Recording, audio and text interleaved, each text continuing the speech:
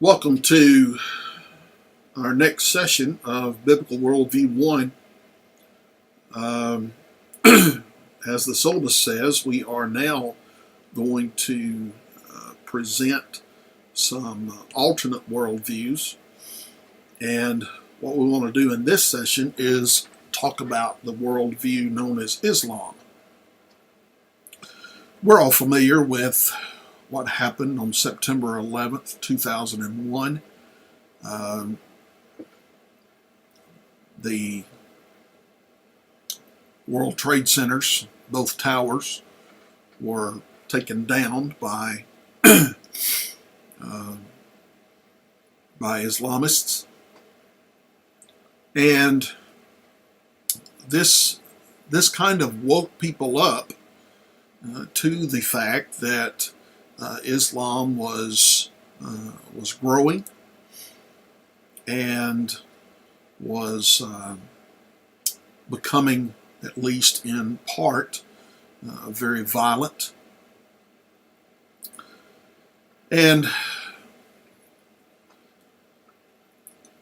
it is therefore important that we understand just exactly what Islam is and what its basic beliefs are, and what it teaches and how it is practiced. Probably the biggest question that, or maybe the biggest misunderstanding concerning Islam is that there are moderate Islamists, moderate Muslims, I guess is the proper term.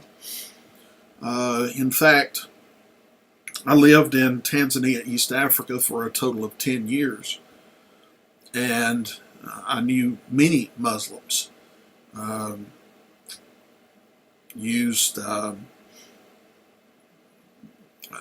I shopped in their businesses, and 99.9% of the time was treated very well.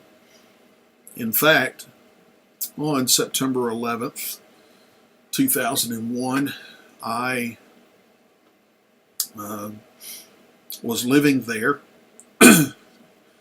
and I walked into an electronics store that I frequented a good bit to buy phone minutes and so forth. This was back when you actually had to buy the minutes and load them on your phone. And when I walked in, like I said, it was an electronics shop, and as you go in one of the two front doors, on this side, on this wall over here, was a whole wall of TVs, and one of the owners was standing there watching the TV. All of them were on the same channel or covering the same thing, and one of the towers was burning, and I believe, I can't remember, I don't know if it was a replay or what, but I believe I saw the second plane hit the other tower. And I looked at the man and I said, "That's Osama bin Laden." And he said, yes, it is. But it was what happened in the days following that that I went to the shop owners that I had traded with, over the past 8 months or so, and I I went to each one of them and I said,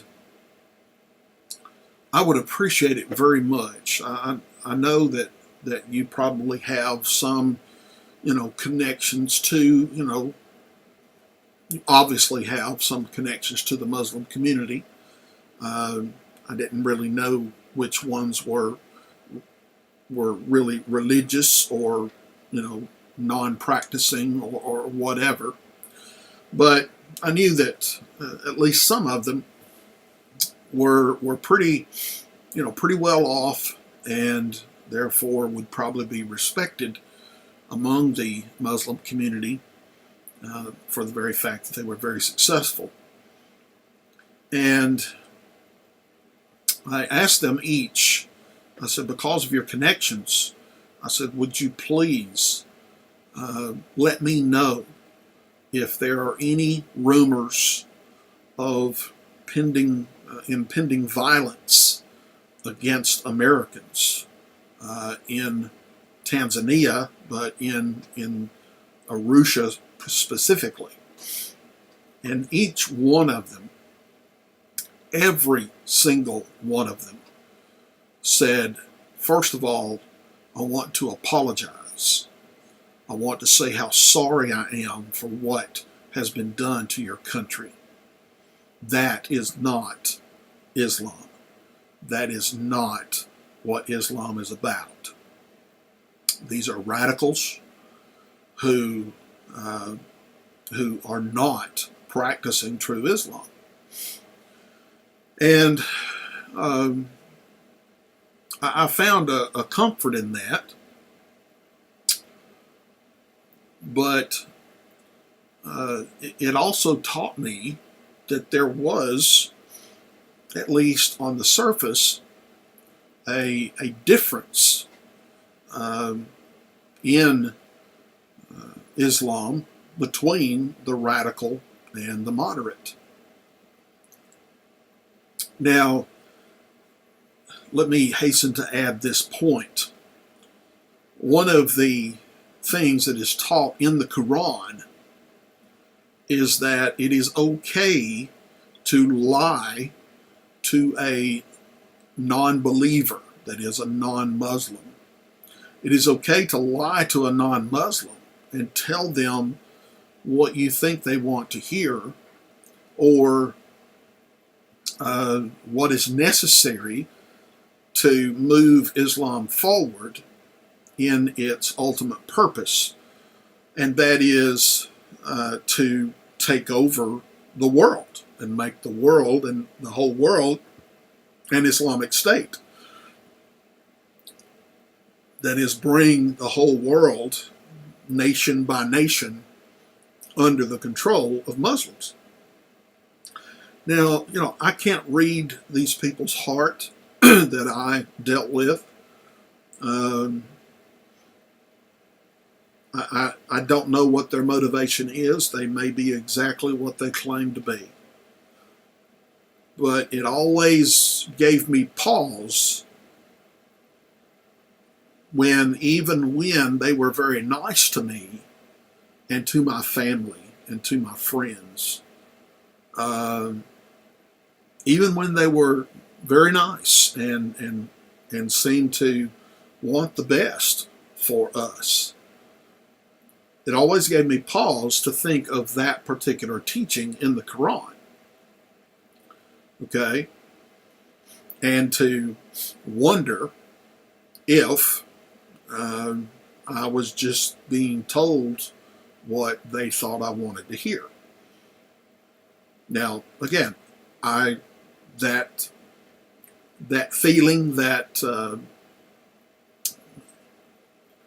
I don't know what you call it, that thinking may very well be totally wrong. Okay, and there may very well be, totally moderate Muslims in this world. Okay, but there's no doubt that there are radical Islamists. Now, the radical ones are those who dream of establishment of a global Islamic state, as I said, and they are willing to use violence to achieve this end. But most Muslims, again, uh, understanding, what I've said earlier, most Muslims seem to simply want to engage in Muslim practice and raise their families according to Muslim traditions. Um, they hope for more people to convert to Islam, but they have little interest in establishing a global Islamic state if it is going to involve violence or the tearing down of the structures of democracy from which these Muslims have obtained personal benefit. Now, such Muslims, again, are often called moderates. Now, again, this is not to imply that they are less devout, but that they are eager to build economic ties with the West rather than destroy it. Okay?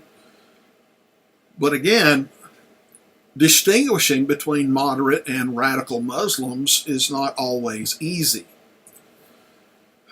The key difference between moderate and radical Muslims is this. Again, radicals are more likely to believe that the West threatens and attempts to control their way of life. And I've also come to realize that when we talk about even this particular point, how they think that the West threatens and attempts to control their way of life, the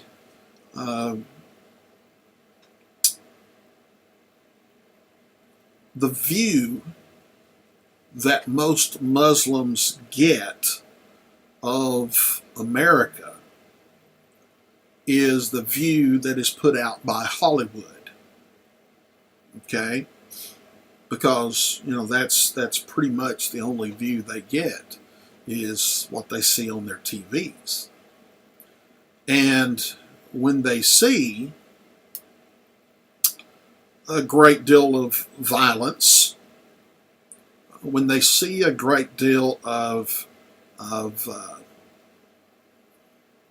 nudity and fornication and, people treating people badly, okay, in a lot of movies and some TV shows. In fact, today, probably in most TV shows.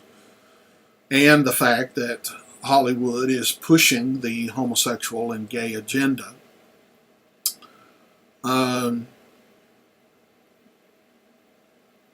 When they see that, and that's basically, again, would be the majority of Muslims, not all Muslims, because a lot of Muslims, I don't know exactly what the percentage of the American population is Muslim, but a lot of Muslims live here.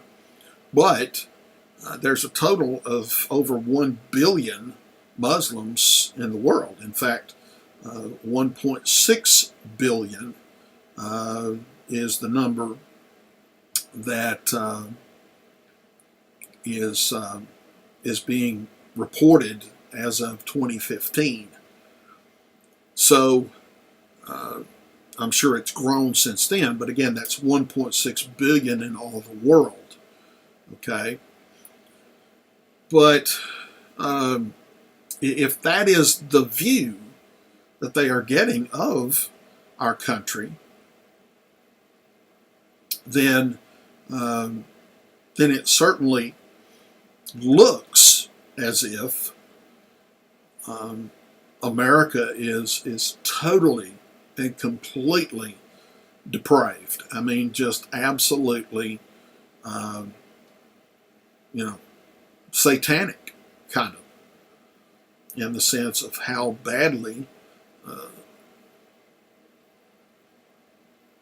Hollywood portrays, or how badly Hollywood is portraying America. And so again, the Muslims would see this as a great threat. And your radical Muslims are the ones who are going to see this as a bigger threat to Islam and the world itself. Because again, they think that if they can get the Islamic State, the global Islamic State in place, then things will be better.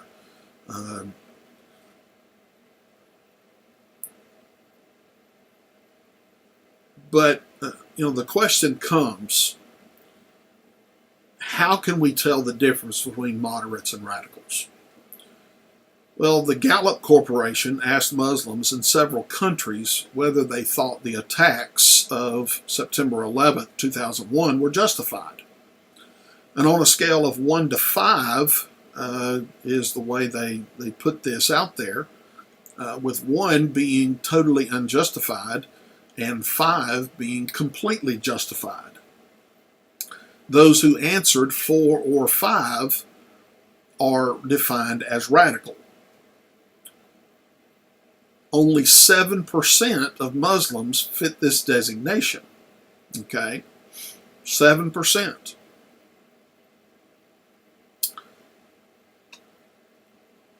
But with the 1.6 billion Muslims in the world today, or higher by now, this means that there could be as many as 112 million radical Muslims. Again, that number is probably up by now. That's a 2015 number. Now, again, let me throw out this idea that the Quran says it's okay to lie to an unbeliever, to a non-Muslim. So even with these numbers that are given here, I wonder just how much confidence we can put in this particular survey. But let's just go with these numbers here and see what we can do with the rest of our discussion.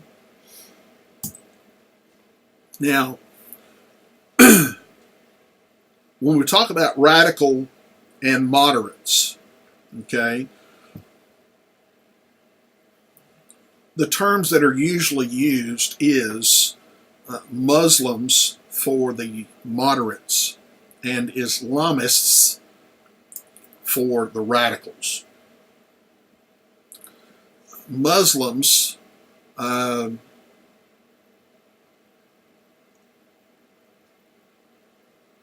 let me back up a little bit. The terms Muslims and Islamists is actually a difference between those who are culturally Islamic and those who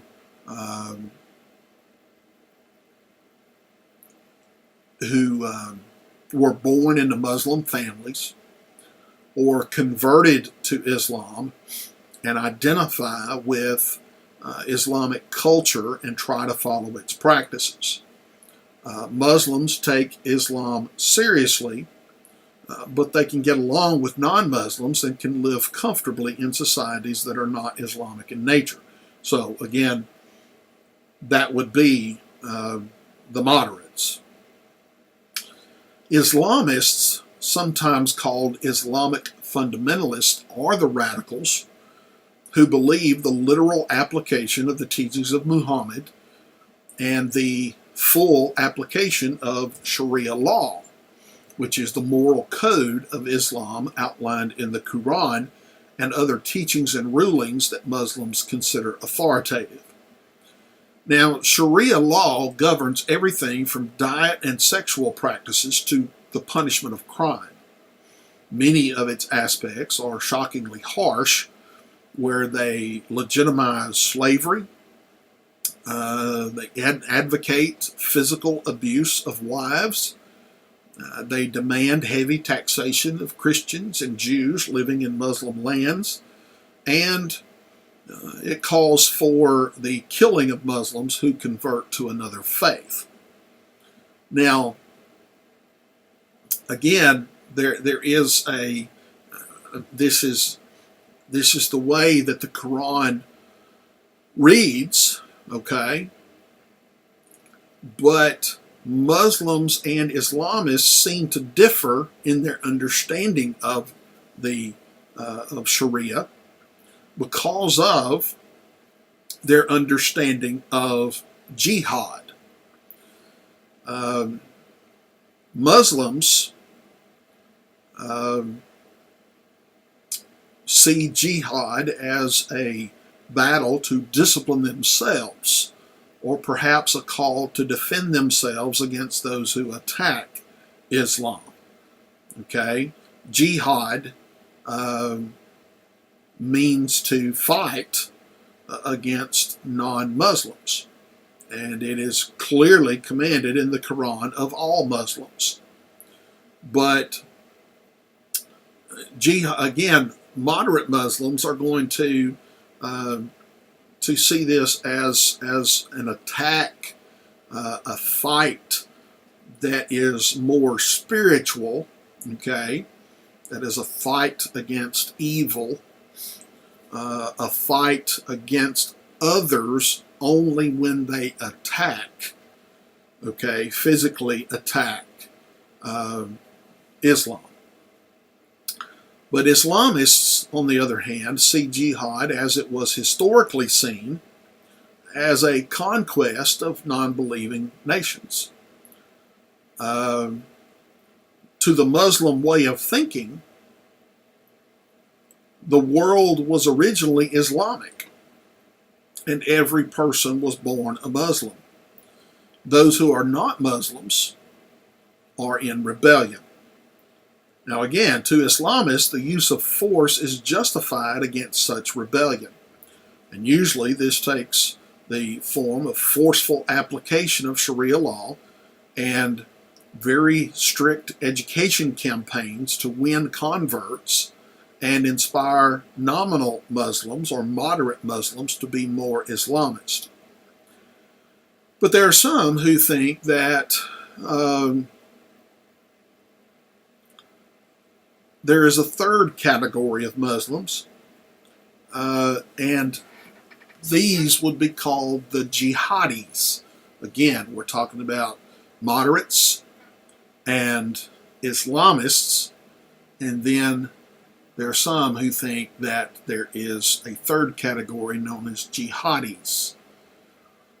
According to Nabil Qureshi, who was a convert from Islam to Christianity, who upon graduation from medical school became an evangelist rather than a physician, he says that jihadis are Islamists who have crossed the line into weaponizing their beliefs. By committing themselves to physical violence, jihadis have made themselves into a sort of army dedicated to destroying the West. Now, while Western Muslims say jihad is only for defensive purposes, jihadis include as legitimate defense anything that conquers the world's resistance against Islam being a global civilization. They believe the use of physical force and terror in the pursuit of jihad is entirely called for, and peace with Islam will only occur when non-believers submit. Now, while Islamists might not participate in overt violence, many tacitly approve of these techniques. So, again, let's separate these three groups. Okay, the moderate Muslim is the one who thinks that jihad is a personal struggle, okay, and a spiritual struggle, a spiritual war, all right? But Islamists believe that it is a physical war. But the third group, known as jihadis, actually take it to the point of seeking opportunity to do violence and do everything they can to bring that about. Now, where the Islamists and the jihadis come together is that the Islamists think that what the jihadis are doing is okay. They just might not be directly involved with what the jihadis are doing. But they will not speak out against it. They will give their approval, maybe without saying it, but they give their approval by not saying anything against it. Okay?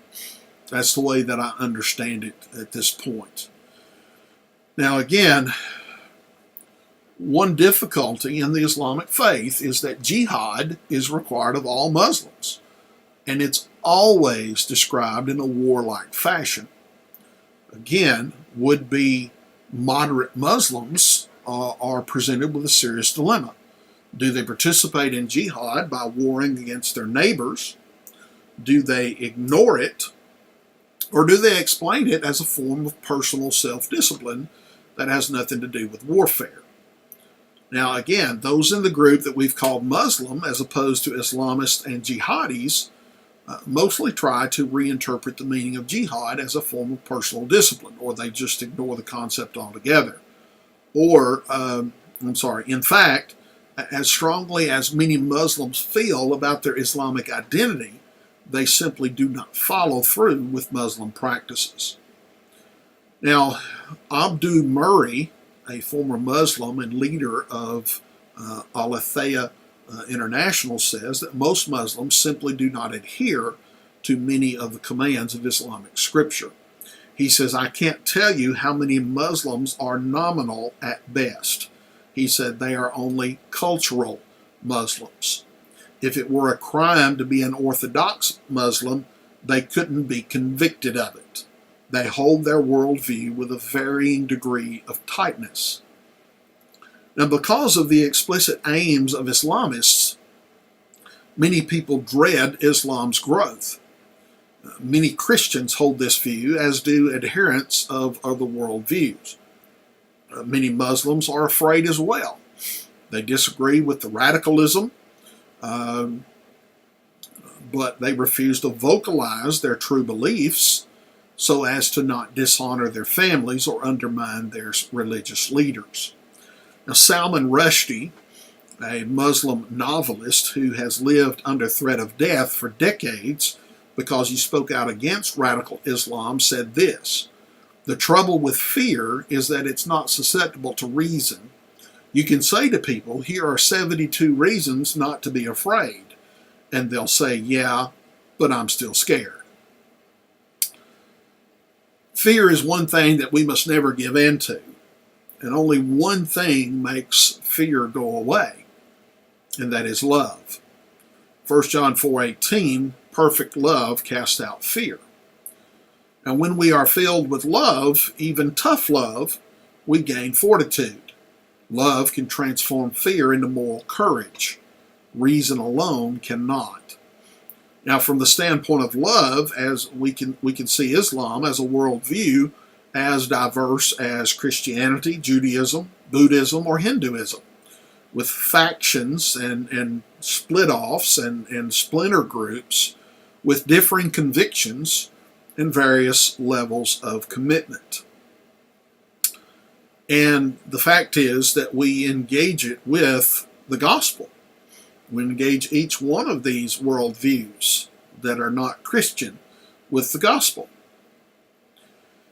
So now let's come to the history of Islam. Islam means submission. A Muslim is one who submits to Allah, and also the principles of Islam as embodied in what is known as the Ummah, U-M-M-A-H, which is the worldwide community of Muslims. The Ummah is a very strong force for Muslims, binding together religious commands, ideology, and cultural practices providing both a comforting sense of belonging and a reassuring sense of organization. Children are subject to adults, women are subject to men, the individual family is subject to community leaders, and community leaders to the Islamic State. Individual identity and interest are subordinated. The Ummah, though not a formal structure, exerts enormous power. It is something Muslims do not want to upset or disagree with or offend. To break away from it is to be alienated and lost. In fact, I have seen it with my own two eyes. Not the actual, the actions of what happened, but the person to whom they were threatened. And that is, there was a Muslim man who converted to Christianity in Arusha, Tanzania. And not only did he lose his business, he was a welder, and the Muslims would no longer bring their business to him, but he was also beaten and threatened with death. So, to break away from the Muslim faith is a dangerous thing. Well, today, Islam is a major world religion, boasting a membership of nearly 1/4 of the world's population. The largest Muslim populations in the world reside in Indonesia, Pakistan, India, and Bangladesh. Nearly half of the world's Muslim population lives in these 4 countries. Now, the founder of Islam was Muhammad. According to the Islamic narrative, he was born around AD 570 in Mecca, in modern-day Saudi Arabia.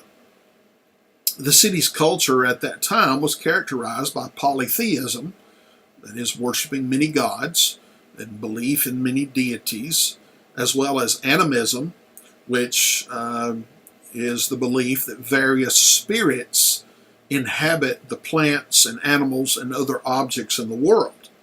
In fact, animism was a very major religion in Africa and other countries around the world. But as a merchant, Muhammad also regularly encountered the monotheism of Jews and Christians. When he was around 40 years old, Muhammad became troubled by a series of visions he thought were demonic, that is, from demons. One of his wives, Khadijah, persuaded him to think that the visions were from God.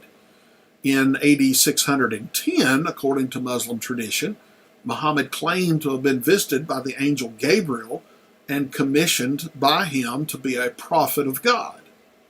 He spent the next several years transmitting the message orally into what Muslims consider the most pure understanding of God, the Quran, which is what they call the Holy Quran. The message Muhammad said God gave him was simple and elegant. There is one God who made all things, to whom all people must submit, and there will be a day of judgment in which all humans will be judged according to their deeds, both good and evil. Now, Muhammad believed Islam to be the final, all-encompassing religion that God was giving mankind. The dictation of the Quran continued for 23 years until Muhammad's death in AD 632. By the early 7th century, Mecca was a trading center of great religious, economic, and political power on the Arabian Peninsula.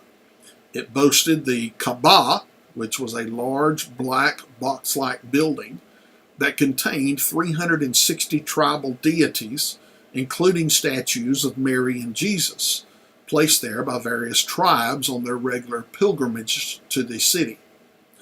According to the Muslim tradition, Muhammad proclaimed these tribal gods to be an offense to God, igniting a controversy that threatened the wealthy city's stability. At first, Muhammad expressed reluctance to confront Mecca's leaders, but he overcame his bashfulness through subsequent visions, supposed visions. Inevitably, Muhammad's teaching led to a clash with the leaders of Mecca. In AD 622, Muhammad fled to Medina, which was then called Yathrib, an event known as Hijrah to Muslims, the migration that began the Muslim era and begins the Islamic calendar.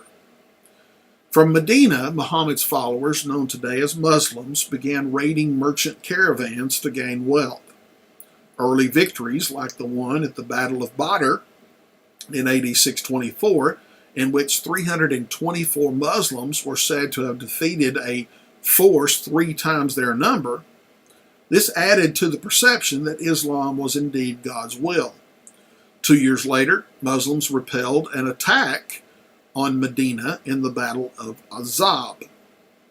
The following year, Muhammad agreed to a treaty with the leaders of Mecca, permitting him to enter the city as a pilgrim. On January 11, 629, Muhammad and about 10,000 warriors captured Mecca and cleansed the Kaaba, that black box, of its idols.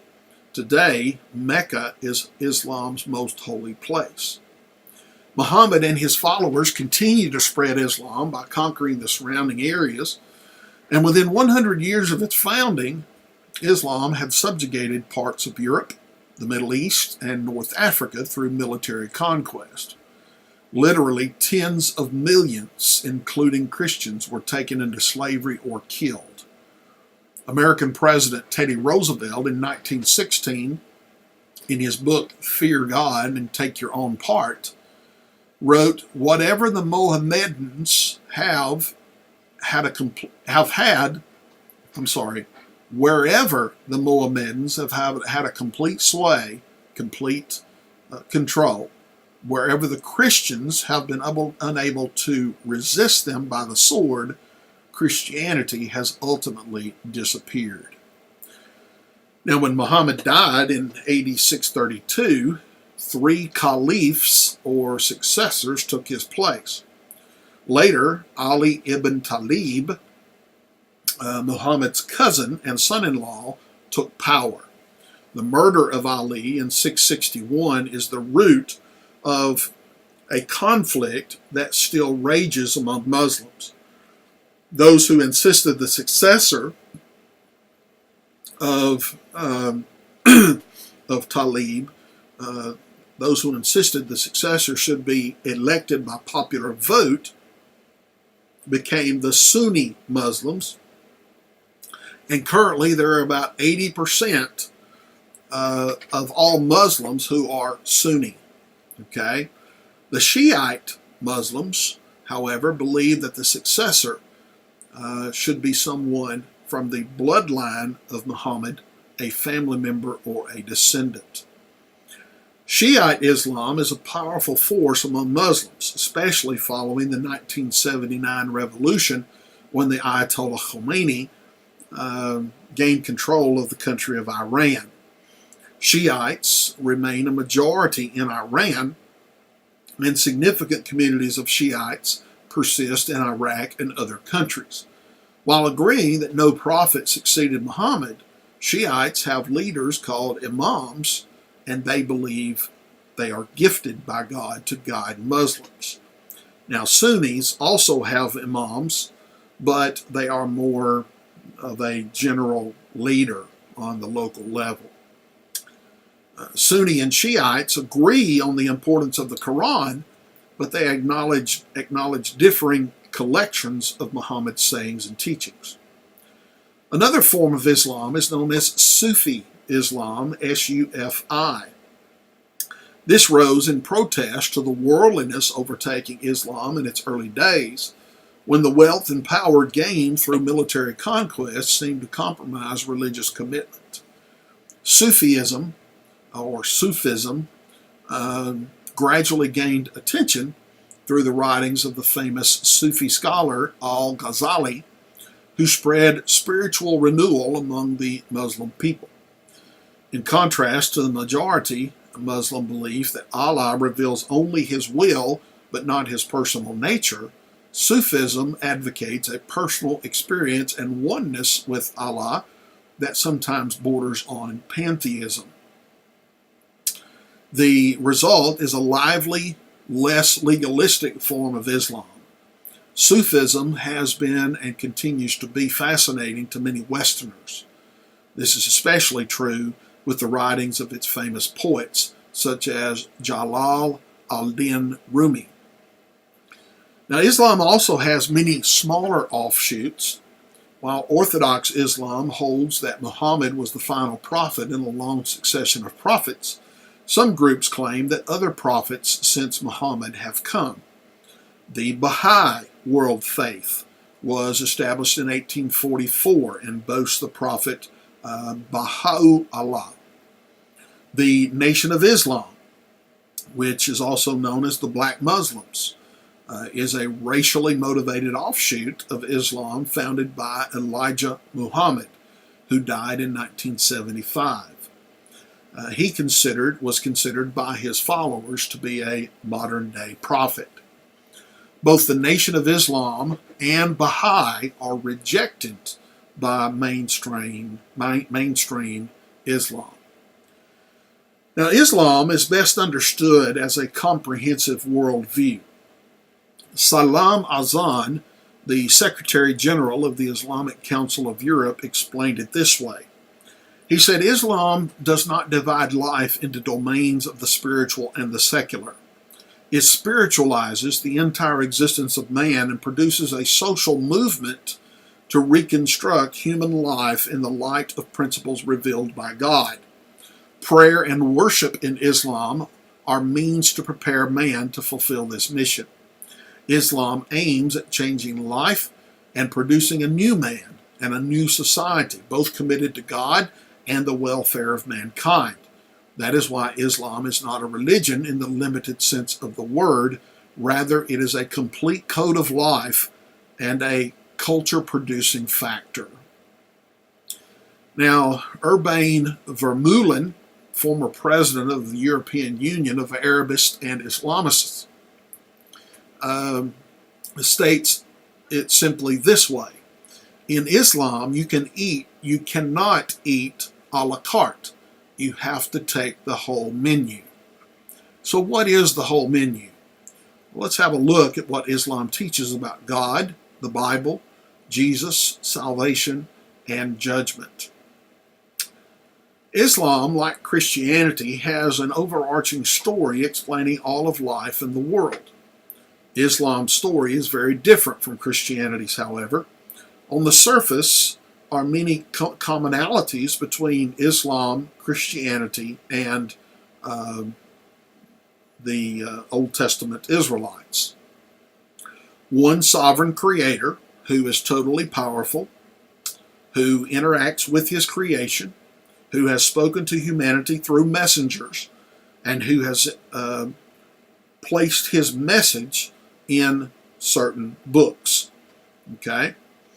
Now, despite these initial similarities, the worldview proposed by Islam is very different from Christianity and Judaism. Many think Islam's God is named Allah, while the God of Christianity is Yahweh. However, Allah is the Arabic word for God, not the name of God. Arabic-speaking Christians also use the word Allah to refer to God. Again, these are Arabic-speaking Christians, and they use the word Allah. Still, this does not mean that Christians and Muslims worship the same God. As we shall see, the attributes of Allah and the nature of his revelation differ significantly from the witness of the Old and New Testaments. If the biblical witness is accurate, which we believe it is, then Muslims either worship the one true God falsely or they worship another God altogether. There's much debate in the Christian community about this, and it is not our goal to settle the debate at this time. For the sake of clarity, we'll refer to God and distinguish between Muslim and Christian understandings. According to Islam, God is eternal and self-existent. He created everything and set the universe in order. When God spoke, the Quran says the world was created. To him is due the primal origin of the heavens and the earth. When he decrees a matter, he says to it, be, and it is. This is the Quran, Surah number 2, verse 117. God is viewed as sovereign over humans and history. And like Christians, Muslims ponder how God can be all-powerful while allowing humans to have a will and exercise human responsibility. Now, aside from the Sufis, Muslims traditionally view God as utterly transcendent.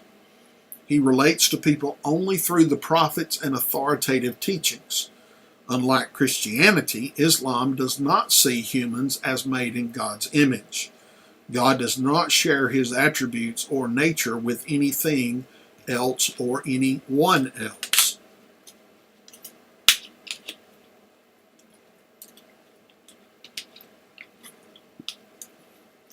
Muslims strongly reject the Christian doctrine of the Trinity, and they deny the deity of Jesus Christ. The idea of one God in three persons is viewed as what they call shirk, S-H-I-R-K, which is the sin of polytheism, the worship of many gods. The Quran denounces the Trinity in no uncertain terms. In Quran chapter 5, which is the word surah, S-U-R-A-H, is the word in Arabic for chapter. Okay, in chapter 5, verses 75 and 76, it says this: they do blaspheme who say God is one of three in a trinity, for there is no God except one God. If they desist not from their word of blasphemy, verily a grievous penalty will befall the blasphemers among them. Well, as we know, the denial of this doctrine makes a big difference in the Islamic understanding of how God relates to his creation, especially humanity. Now, what does Islam teach about the Bible? Muslims believe God communicated his will to human beings primarily through a series of prophets, 25 of whom are named in the Quran. These include biblical prophets of the Old and New Testaments who originally taught Islam according to the Muslims, a fact that they believe is lost today because of the corruption of Scripture over time. Now, while God gave special books to Moses and David and Jesus and Muhammad, Muslims believe the Quran, God's communication with Muhammad, is the only authoritative and uncorrupted Scripture preserved without error. Muslims believe that Islam is not only supersedes Christianity, but it is in fact the fulfillment of Christianity. Now, Christian scholars obviously reject this claim, but if one religion is to fulfill another, they say, there must be significant continuity between the two. But the path of Islam differs substantially from the trajectory of the Christian message. In response, Islam rejects the reliability of the Old and New Testaments on which Christian scholars base their conclusions. Now, what does Islam teach about Jesus? Muslims acknowledge the virgin birth of Jesus. They also acknowledge his miracles, but they deny his claim to be God in the flesh. His death on a cross as an atoning sacrifice for sin is also denied, and his resurrection on the third day is denied. Now, while the following passage contains some ambiguities, that is, whether it denies that the Jews were those who killed Jesus or whether Jesus did not die on the cross, most Muslims interpret this following scripture to say that Jesus was not crucified at all. And this comes from chapter 4 of the Quran, verses 157 to 158. It says, that they said in boast, "We killed Christ Jesus, the Son of Mary, the apostle of God, but they killed him not, nor crucified him, but so it was made to appear to them, and those who differ therein are full of doubts, with no certain knowledge, but only conjecture to follow. For a surety they killed him not. Nay, God raised him up unto himself, and God is exalted in power wise." Now, this denial, of course, makes any claim of Islam being a continuation of the Christian faith impossible. The center of the Christian message was the atoning work of Jesus Christ in his life, death, and especially his resurrection. Okay? Now, Paul makes as well as the rest of the New Testament, but Paul in particular, makes a huge, huge point of defending the resurrection. It is interesting then that Paul is viewed by Muslims as the great corrupter of Christianity. Paul speaks of the resurrection in many, many places, but his largest defense of the the resurrection of Christ is found in 1 Corinthians chapter 15. So clearly, to deny Jesus' death on the cross is to renounce the gospel of Jesus Christ. In this sense, Islam does not fulfill the Christian faith, rather it attempts to replace it. Now, what does Islam teach about salvation? Well, because Islam rejects the claim of Jesus' death on the cross and his resurrection, Muslims understand salvation very differently. As the late Syracuse University sociology professor Hamouda Abdelhadi asserts, the Muslim cannot entertain the dramatic story of Jesus' death upon the cross just to do away with all human sins once and for all.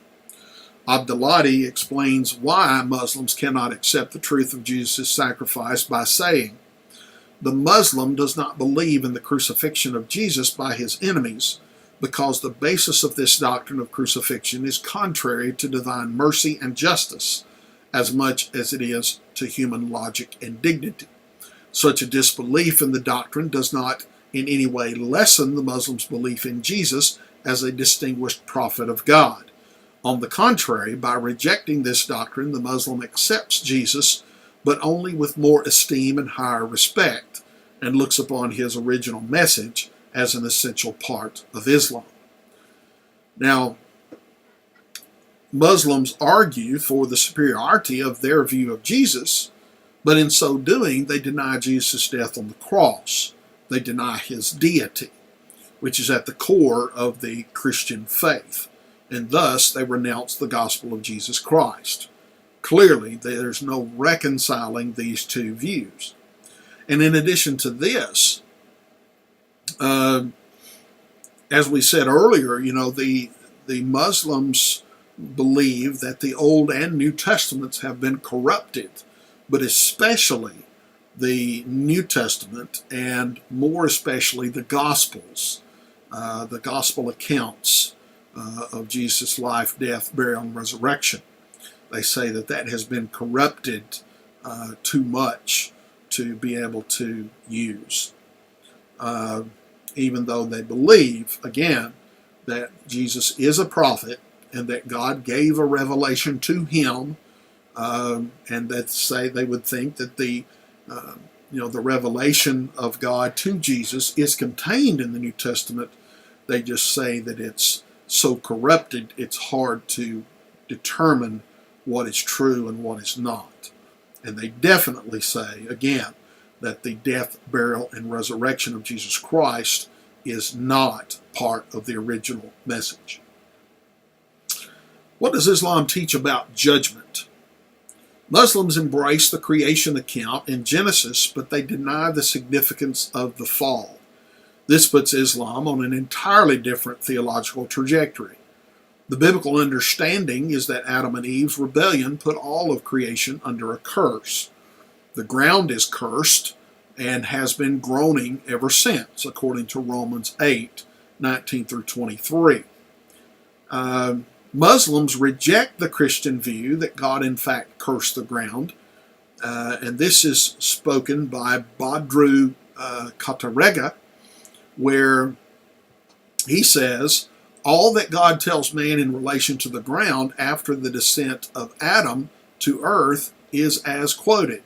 Therein ye shall live, and therein ye shall die, and therein ye shall be brought forth in the resurrection. This is Quran chapter 7, verse 25. To reject the doctrine of the fall means that Muslims also reject the biblical teaching of sin, and that man is lost because of his own sin, not because of the sin of Adam. Okay? The Bible teaches that man is lost because of his own individual sin, each individual person. Okay? They reject the teaching of the Bible concerning the fact that man needs a redeemer. Okay? To become a Muslim does not require redemption in the sense of being made new, as Christianity teaches in 2 Corinthians 5, for example. It is not about what is in your heart, Muslims say, but what is in your actions. Change comes from the outside in, not the inside out, according to Muslims. But Jesus teaches just exactly the opposite, that change and actions come from the heart. Now, denying the fall carries many implications, including political ones.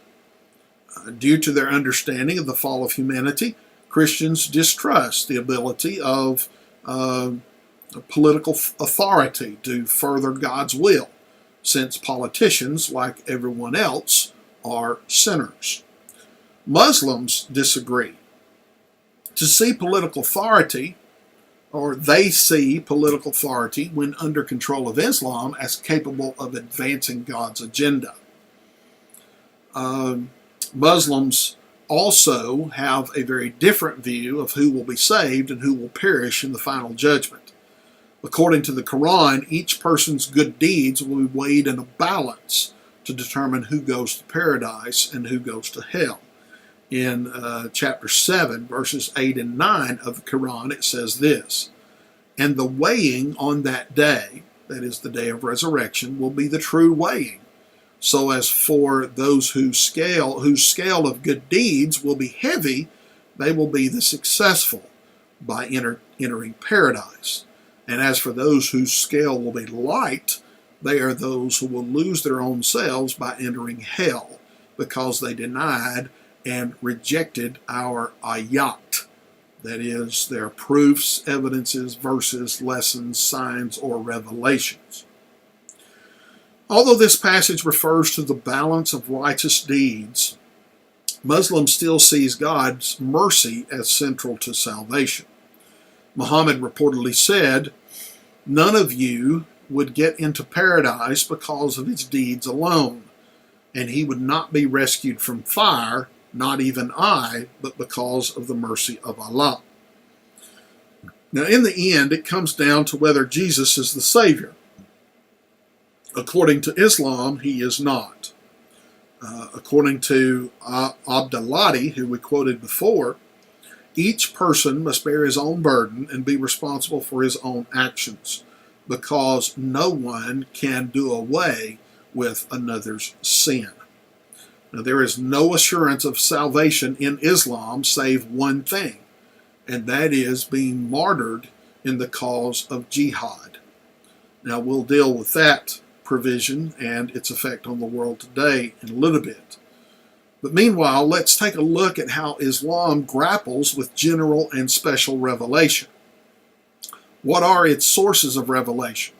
What do these sources tell us about humanity? What's wrong with humanity? And what course of action should govern our lives? Well, concerning general revelation, this would be the law that is known to everyone. Okay. Khurshid Ahmad says this: "The basic Islamic concept is that the entire universe was created by God, whom Islam calls Allah, and who is the Lord and sovereign of the universe. He is the Lord of the universe, which he alone sustains. Now, Muslims, like Christians, believe creation belongs to God, and we humans are stewards of it. Again, Abduladi explains by saying this: the actual and real owner of things is God alone, of whom any proprietor is simply an appointed agent, a mere trustee. Now, when we Christians speak of this appointed agent or mere trustee, we speak of being good stewards, okay? That we are only stewards of God's blessings. Now, by proclaiming the existence of a supernatural God, however, Muslims find themselves in the same place as Christians, having to explain how to know something about the supernatural when our tools of understanding seem to work only inside of nature. Now, Muslims wrestle, as Christians do, with questions such as, did the universe have a beginning, or has it always existed? Was the beginning caused or uncaused? Is the agent of cause personal or impersonal? Now, the Kalam cosmological argument for the existence of God was developed by Islamic philosophers to answer these questions. It is both commended and employed by Christian philosophers today. Kalam is the Arabic word for discourse, and cosmology is the study of the order, structure, and design of the universe. Today, the most popular form of the Kalam cosmological argument is this: everything that begins has a cause. The universe began. The universe was caused. Now, Norman Geisler says that the Kalam argument is a horizontal or linear form of the cosmological argument. The universe is not eternal, so it must have had a cause. That cause must be considered God. This argument has a long and venerable history among such Islamic philosophers as Al-Farabi, Al-Ghazali, and Avicenna. As is true, the Christian worldview philosophical arguments about God can only take us so far. They demonstrate the reasonableness of a first cause or prime mover, but they do not tell us specifically what God is like. Now, for that, we need special revelation.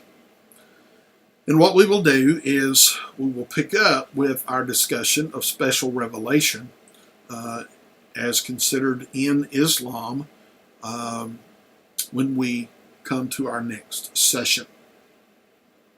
As always, if you have any questions or need any help of any kind, please let me know.